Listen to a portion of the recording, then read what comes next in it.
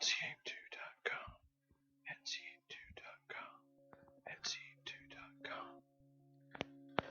NCAIM 2, Eradicating Hatred, Section 3, Anger, Rage, Outrage, and Bloodlust, and their relationship with violence and sides. Reboot 56. NCAIM2.com, NCAIM2.com, NCAIM2.com. Anger's progression to violence. Common to all members of our species, mankind, is the visceral emotion or sense of anger. There is no person who has lived very many hours or days on the planet who has not experienced the very real emotional state modifying feeling of anger. NCAIM2.com, NCAIM2.com. Anger, in its commonality to all.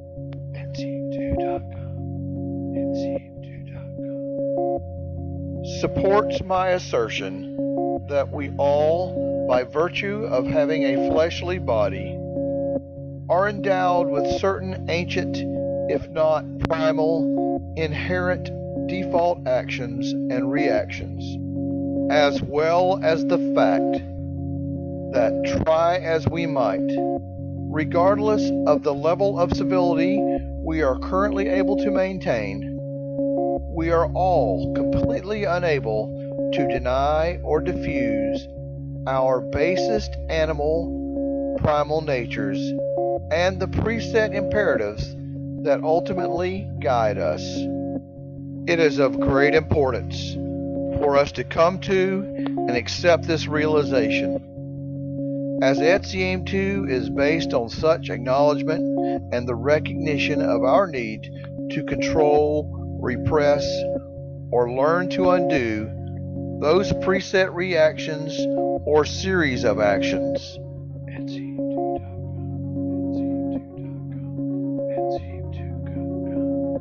With all that being said, and with full recognition of our seemingly irrevocable nature that leads us to our often misguided actions, we must now establish and examine the nature of anger and its relationship to rage, violence, hatred, and the various types of cide that can result.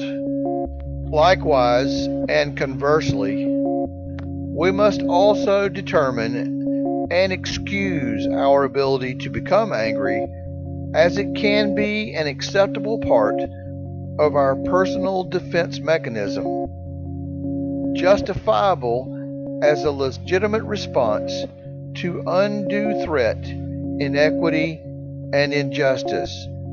NCAIM2.com, NCAIM2.com. So that, in our recognition and examination of the commonly experienced emotion, NCAIM2.com, NCAIM2.com, we do not unintentionally emasculate or unnecessarily subdue our ability to protect ourselves or loved ones, or deter our ability to continue our existence and social structure, conventions, and civilization.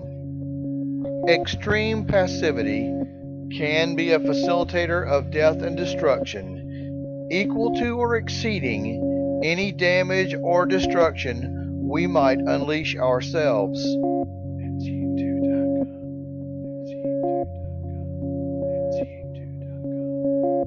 There is no guarantee of reciprocation of civility with the barbaric or murderous hordes, martyrs or not, we might encounter in the course of our continuing existence.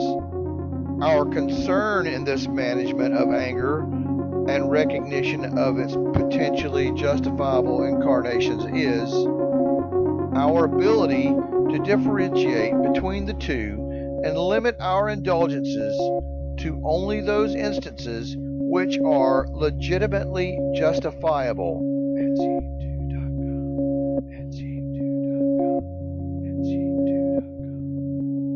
Such abilities to control our behavior are implicit in our daily lives and interactions with all others. Our primary concern is, and must be, restricting anger's progression to hatred. This task is monumental in scope, as hatred is often the most likely result of anger that grows to or is immediately at that level of intensity. That is to say, as anger reaches a point of high intensity, its natural evolution is to become hatred. Please visit etcyaim2.com to learn more.